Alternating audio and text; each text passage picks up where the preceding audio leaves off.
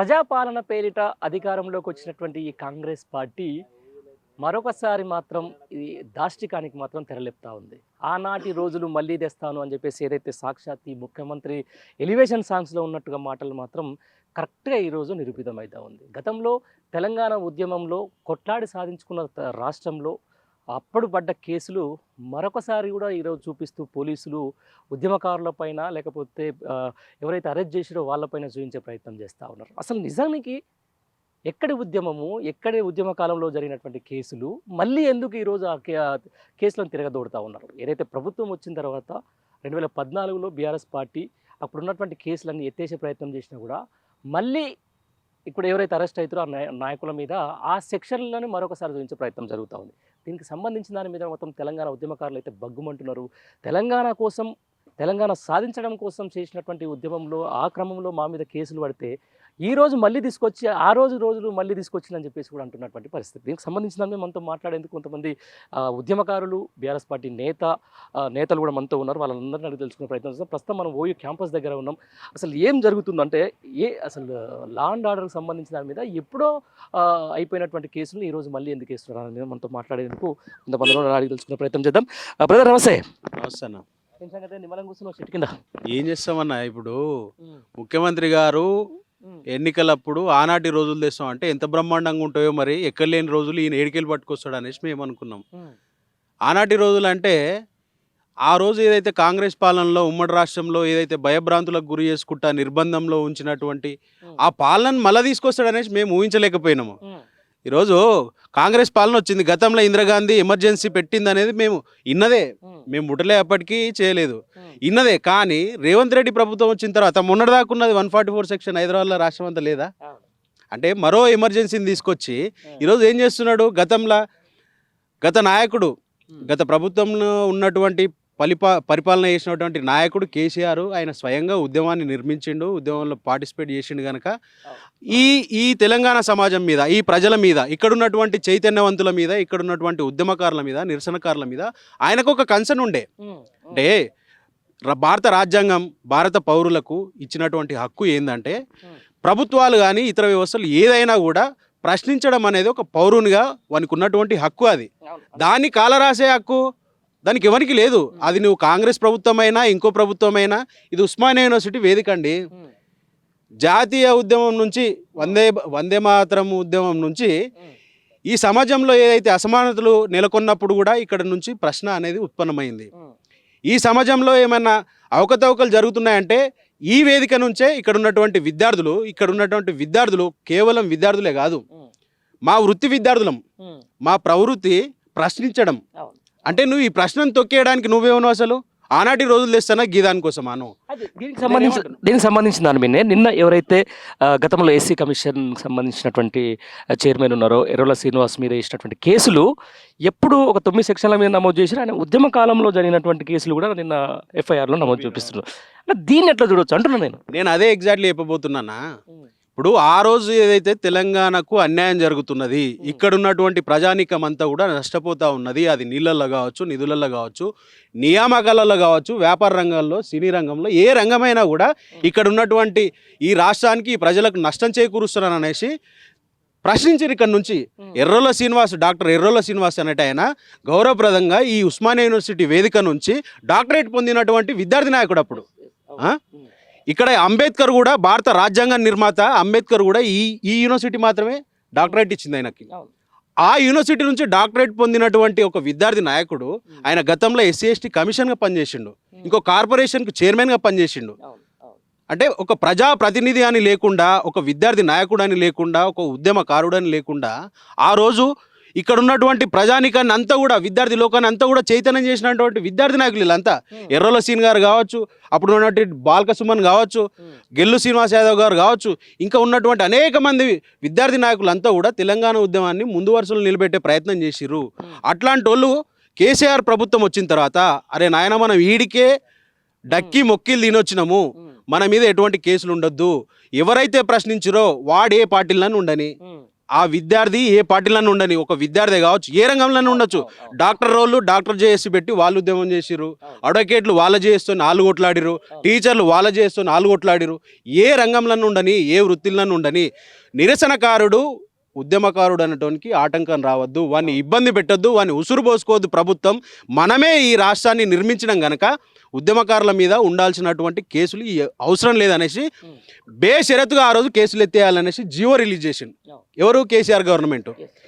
అసలు ఈరోజు కాంగ్రెస్ గవర్నమెంట్ వచ్చిన తర్వాత ఈ నిరసనకారులు, ఈ ఉద్యమకారులు ఎవరైతే ప్రశ్నిస్తున్నారో, ఈ ప్రభుత్వాన్ని యొక్క చేతగాంతనాన్ని ఎవరైతే ప్రశ్నించదలుచుకున్నారో వారి మీద ఉక్కుపాదం మోపేటట్టు, వారి యొక్క వాయిస్ను తొక్కిపెట్టాలి, వారి యొక్క గొంతును తొక్కిపెట్టాలనే ఒక ఉద్దేశంతో పాతకాలంలో అప్పుడు తెలంగాణ ఉద్యమంలో చేసినటువంటి నిరసనలకు సంబంధించి అవి ఏం చిన్న చిన్న కేసులు అండి. నిరసన అనేది చిన్న కేసులు. ఆ కేసులను తీసుకొచ్చి మళ్ళీ తవ్వి ఈరోజు ఏం చేస్తా ఉన్నావు, నువ్వు ఏం సందేశం ఇస్తున్నావు ఆనాటి రోజులంటే?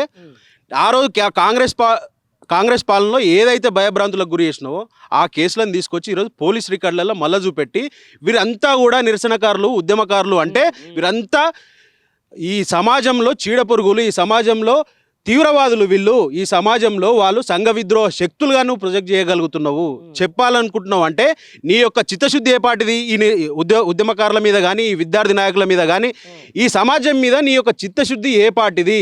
ప్రజాపాలన అంటున్న ఒక దిక్కు. నేను చెప్తున్నా, ఇప్పుడు ఆయన కొడంగల్ కాన్స్టిట్యున్సీలో లగచెర్లలో రైతులను అరెస్ట్ చేసిర్రు. మేము బాధ్యత గల విద్యార్థులుగా సమాజాన్ని చదువుతున్నాం, సమాజాన్ని చూస్తున్నాం. ఏ ప్రభుత్వం అయినా కూడా అన్నం పెట్టే రైతన్నకు సంఖ్యలు లేయద్దు, ఇది తప్పు అనేసి మేము ఆర్ట్స్ కాలేజ్ వేదికగా నిరసన తెలిపినాం. ఈ నిరసనకు ఏం చేయాలి ప్రభుత్వం? బాధ్యత ఉన్నటువంటి ఉన్నటువంటి ప్రభుత్వం అయితే అయ్యో విద్యార్థులు కూడా వ్యతిరేకిస్తున్నారు కదా, మరి ఇదేమైంది అనేది దీని మీద ఆత్మ పరిశీలన చేసుకోవాలిగా. ఎవరైనా ప్రజాప్రతినిధులు, ప్రభుత్వం నడుపుతున్న పెద్దలు ఎవరైనా కూడా ఆత్మ పరిశీలన చేసుకోవాలి. నువ్వు ఒకసారి దాన్ని నీకు నువ్వు ఆలోచన చేసుకోవాలి, పునరాలోచన చేసుకోవాల్సిన బాధ్యత ప్రభుత్వం మీద ఉంటుంది. కానీ నువ్వేం చేసినావు? ఆ రోజు మేమెవరమైతే నిరసన చేస్తున్నావు ప్రభుత్వానికి వ్యతిరేకంగా మా మీద కూడా కేసులు పెట్టిండు. అంటే ఎక్కడ అసలు కాంగ్రెస్ పాలన అంటే ఎవరికి స్వేచ్ఛ లేదు. రాజ్యాంగాన్ని ఓన్గా వాళ్ళ ఇందిరాగాంధీ రాసిందో, మరిగా రాజీవ్ గాంధీ రాసిచ్చిపోయిండో వీళ్ళకి తెలియదు. నేను అంటున్నా బేషరతుగా ఈరోజు బాజాప్తా చెప్తున్నా, డాక్టర్ బిఆర్ అంబేద్కర్ మాకు హక్కులు ఇచ్చిండండి మాట్లాడడానికి. నీ ప్రభుత్వం ఏదైనా అన్యాయం చేస్తుందంటే ఖచ్చితంగా మాట్లాడతాం. నువ్వు ఈ కేసులకు మళ్ళీ గతంలో ఉన్నటువంటి కేసులను తీసుకొచ్చి మళ్ళీ నేను జైల్లో పెడతాం, అరెస్ట్ చేస్తాం, నిన్న ఎర్రల సీనానం చేసినట్టు కనుక మిమ్మల్ని కూడా చేస్తాం అనేసి అంటే భయపట్టులం కాదు మేము. ఈ భయపడే తత్వం మాకుంటే కనుక తెలంగాణ ఉద్యమంలో కేసులకు భయపడి ఆ రోజు ఎంత భయభ్రాంతులకు గురి చేసిరండి. నేను నిజాం కాలేజ్ వేదికగా నేను ఉద్యమంలో ఉన్న ఆ రోజు జగన్ ఆ రోజు ఆంధ్ర జేఏసీ వాళ్ళు ఉమ్మడి ఆంధ్ర జేఏసీ సభ, అశోక్ బాబు సభ ఎల్బీ స్టేడియంలో నడుస్తూ ఉంటే నేను నిజాం కాలేజీలో ఉన్న రోజు ఫోన్లు పెట్టడానికి భయపడుకున్నాం మేము. ఆ రోజు సిమ్ కార్డులు తీసేసి ఆ ఫోన్ ఒక దగ్గర, సిమ్ కార్డు ఒక దగ్గర పడేసి ఆ సిగ్నల్ కూడా దొరకద్దు అనేసి మా వ్యూహాత్మకంగా ఈ రాష్ట్రంలో మా వాయిస్ వినిపించాలి. అంత కట్టుదిడ్డంగా మేము ఉద్యమం చేసినాం కనుక నిలబడగలిగినాం. మా లాంటి వాళ్ళని భయపెట్టగలుగుతావు నువ్వు? అసలు ఈ ఎక్కడ ఆనాటి రోజులు అంటే గిది ప్రజాపాలన కాదు, ఇది నిర్బంధ పాలన. తెలంగాణ రాష్ట్రంలో చూస్తున్నాం మనం గత కొద్ది రోజుల నుంచి కూడా లా అండ్ ఆర్డర్ పరిస్థితి. అంటే ఇక విధంగా చెప్పాలంటే ఆఖరికి పోలీసు వాళ్ళు సూసైడ్లు చేసుకునే కాడికి కూడా వెళ్ళిపోతున్న పరిస్థితి. ఇంత లా అండ్ ఆర్డర్లు ఉన్నా కూడా కేసులు అయితే తగ్గట్లేదు, మళ్ళీ ఉద్యమకారుల అరెస్ట్లు అయితే తగ్గట్లేదు. వీళ్ళందరూ తీసుకుపోవడాలు, సెక్షన్లు పెట్టడాలు, ఏమంటే శనివారం ఆదివారం వచ్చిందంటే మాత్రం ఏదో ఒకటి అరెస్ట్ చేయడాలు, అంతే ఇదే జరుగుతుంది. అంటే ఎందుకోసం దీనికంటే ఏం సాధిద్దామని చెప్పేసి, లేకపోతే ఏం చేద్దామని చెప్పేసి, లేకపోతే ప్రజలకు ఏం చెప్దామని చెప్పేసి అనుకుంటారు ఈ ప్రభుత్వం? ముఖ్యమంత్రికి ఏం చెప్పాలనే ఒక విజన్ లేదండి, ఫలానా చేయాలనే క్లారిటీ అసలే లేదు. ఎందుకంటున్నా అంటే ఆయన దగ్గర ఉన్నటువంటి శాఖలు కూడా ఈరోజు విఫలమైపోయినాయి, విఫలం చెందినాయి కూడా. విద్యాశాఖ ఉన్నది, విద్యార్థులకు ఈరోజు సమస్య వస్తే ఎవరిని కలవాలో తెలియదు అసలు. ఆయన నాకు నూరు ముగ్గులే అన్నాడు, ఆయన ఎక్కడ తిరుగుతున్నాడో ఏం చేస్తున్నాడో మరి ఈనాటికి కూడా ఒక రివ్యూ లేదు విద్యాశాఖలో. ఇప్పుడు హోంశాఖ అంటారా, లా అండ్ ఆర్డర్ ఆయన దగ్గరనే పెట్టుకున్నాడు. నిన్న మొన్న చూసినాం మనం, అల్లు అర్జున్ పెద్ద స్టార్ అయినా సరే ఆయన ఏం చేసిండా, ఆడు ఏ హీరో అయితే మనకేంది, వాడేవాడో వీడేవాడో కానీ అయితే ఎవరైనా కూడా ఆడ సమస్య క్లియర్గా తెలుస్తున్నది. ఎవరికైనా సోయిన్న ఆలోచన చేస్తే ఆడ పోలీసు వాళ్ళ ఫెయిల్యూర్ అది. ప్రెస్ మీట్ పెట్టి చెప్పారు, ఏసీపీ అయినా సిఐ చెప్పారు సంధ్య థియేటర్లకు అనుమతి లేకుండా అల్లు అర్జున్ వచ్చినాను. నువ్వేం మెకానికున్నావు మరిగా? అనుమతి లేనప్పుడు ఎట్లా అలో చేసినావు నువ్వు లోపలికి? ఆనే లా అండ్ ఆర్డర్ అనేది ఫెయిల్ అయింది. ఇది కప్పిపుచ్చుకోవడానికి హోంశాఖ నా దగ్గరనే ఉన్నది, లా అండ్ ఆర్డర్ ఫెయిల్ అయిందంటే పరుగు పోతుంది, ఇప్పటికే పరుగు పోతున్నది, జనాలు నవ్వుతున్నారు, నన్ను కొట్టేటట్టున్నారు అనేసి అల్లు అర్జున్ మీద నెట్టేసిండు, అది థియేటర్ మీద నెట్టేసిండు. అంటే ఈరోజు పోలీస్ స్టేషన్లో పోలీసులే చచ్చిపోతారు, పోలీసు వాళ్ళకు కూడా రక్షణ లేదు. అసలు స్వతంత్ర భారతదేశంలో ఎక్కడైనా చూసినా పోలీసు వాళ్ళు రోడ్డెక్కి ధర్నా చేసేది? మన ప్రజాపాలన ఉన్నది, గర్వమైన మన ప్రజాపాలనలో పోలీసు వాళ్ళు ధర్నా చేస్తున్నారు. పోలీసు వాళ్ళు మొన్న కామారెడ్డి పోలీస్ స్టేషన్లో సూసైడ్ చేసుకొని చచ్చిపోయారు, ఒక ఎస్ఐ ఒక కానిస్టేబుల్. అంటే ఇటువంటి పరిస్థితుల్లో లా అండ్ ఆర్డర్ గాడి తప్పి నడుస్తూ ఉన్నది. మెయిన్గా లా అండ్ ఆర్డర్ ప్రజాస్వామ్యానికి కానీ పాలనా వ్యవస్థకు కానీ గుండెకాయ లాంటిది లా అండ్ ఆర్డర్ అనేది పోలీస్ వ్యవస్థ. అదే నీ చేతిలో లేకుండా పోయింది, అది గాడి తప్పి ఉన్నది. అసలు ఈ రాష్ట్రం ఎక్కడ పోతున్నదో ఎవరికి అర్థమవుతలే. ఏ శాఖలు ఎవరెవరు ఉన్నారో ఆ శాఖల్లో వాళ్ళకి ఎట్లా ఆ వ్యవస్థ యొక్క యంత్రాంగం ఎట్లా పనిచేస్తుంది అనే క్లారిటీ లేకుండా ఈ ప్రభుత్వ పాలన సాగుతూ ఉన్నది. అదే అంటున్నా, ఇప్పుడు మామూలుగా అదేది సస్పెండ్ అయిన ఏసీపీలు ఈరోజు ప్రెస్ మీట్లు పెడతా ఉన్నారు, డైరెక్ట్ సిపిలు వచ్చేసి మీ ఇష్టం అంటా ఉన్నారు, లేకపోతే అఫీషియల్ హ్యాండిల్స్లో కూడా కాన్సిక్వెన్స్ దీని మీద మాట్లాడదాం, మీ మీద కేసులు వేస్తామంటా ఉన్నారు. అంటే దీన్ని మొత్తం చూసుకుంటా ఉంటే ఇప్పుడు అనుభవం లేమా, లేకపోతే తెలంగాణ ప్రజల మీద కక్ష సాధింప? ఒకటే అన్న, మీరు ఫస్ట్ చెప్పారు చూసిన అనుభవం లేకపోవడమే ఇది.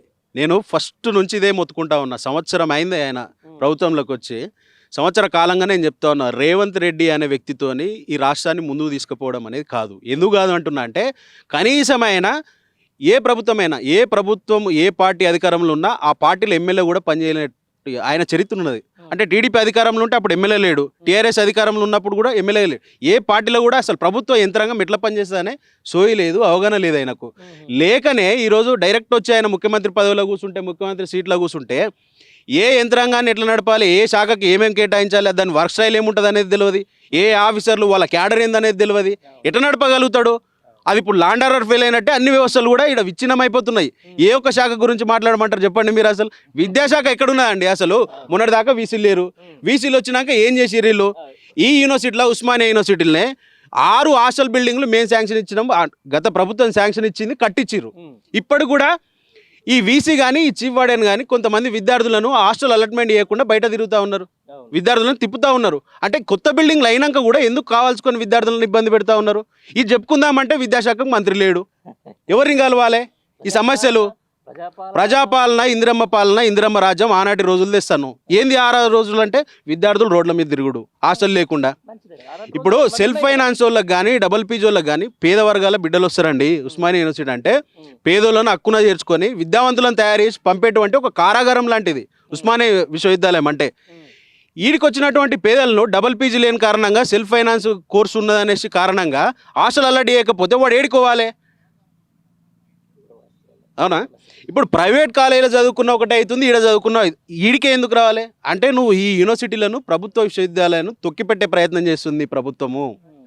అంటే ప్రభుత్వ విద్య మొత్తం కూడా వేస్ట్గా మనం ప్రైవేటైజేషన్లకు, ప్రైవేట్ రంగంలో ఉన్నటువంటి విద్యా సంస్థలకు పోయి చదువుకోవాలి, లక్షలు వేలు డొనేషన్లు కట్టాలి అనేసి ఈ యొక్క ముఖ్యమంత్రి కుట్ర. దీంతో పాటు కన్నా మామూలు ఎప్పుడైనా కూడా అధికారంలో ఉన్న, ప్రతిపక్షంలో ఉన్న యూనివర్సిటీ స్థాయిలో ఉంటారు, బీఆర్ఎస్యూఏఓ లేకపోతే ఎన్ఎస్యూఏకి సంబంధించిందో వాళ్ళు. రాష్ట్రంలో ఓవైపు గురుకుల పాఠశాలల్లో విద్యార్థులు చచ్చిపోతూ ఉన్నారు, విద్యార్థులు పరీక్ష వాయిదేమని చెప్తా ఉన్నారు, వాళ్ళందరూ సపోర్ట్ చేయండి. అల్లు అర్జున్ ఇంటికాడికి పోయి మొత్తం ఓయూ జాక్ అని చెప్పేసి కుప్పల కుండలు వాళ్ళు కొడుతున్నారు. ఇదేది కథ?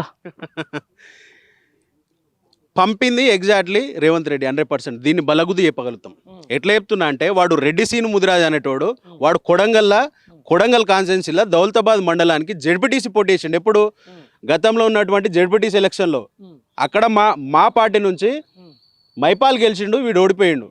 వీనికి ఎక్కడ పని లేక తిరుగుతుంటే రేవంత్ రెడ్డి బ్రదర్స్ తీసుకుపోయి యూత్ కాంగ్రెస్ ప్రెసిడెంట్ చేసిరాడ. అఫీషియల్గా యూత్ కాంగ్రెస్ ప్రెసిడెంట్ కొడంగల్ కాన్స్టిట్యున్సీకి వాడు. వాడిని పంపింది కొండలరెడ్డి అండ్ రేవంత్ రెడ్డి ఫ్యామిలీ. అయితే వీడొచ్చి ఓయూజేఎస్ అని మాట్లాడుతూ ఉన్నాడు. కాంగ్రెస్ పార్టీ నాయకులు కదా వీళ్ళు, రేవంత్ రెడ్డి అనుచరులు కదా. ఓయూజేఎస్ని తీసుకొచ్చి ఉస్మానియా యూనివర్సిటీని ఎందుకు బంధం చేస్తూ ఉన్నారు? ఈరోజు దాడి లేయాలనేసి కాదుగా ఉస్మానియా యూనివర్సిటీ చెప్పేది, ప్రశ్నించడం మనది, నిరసన తెలియజేయడం. మన ఇంటి ముందర పోయి ధర్నా ఎవడొద్దన్నాడు?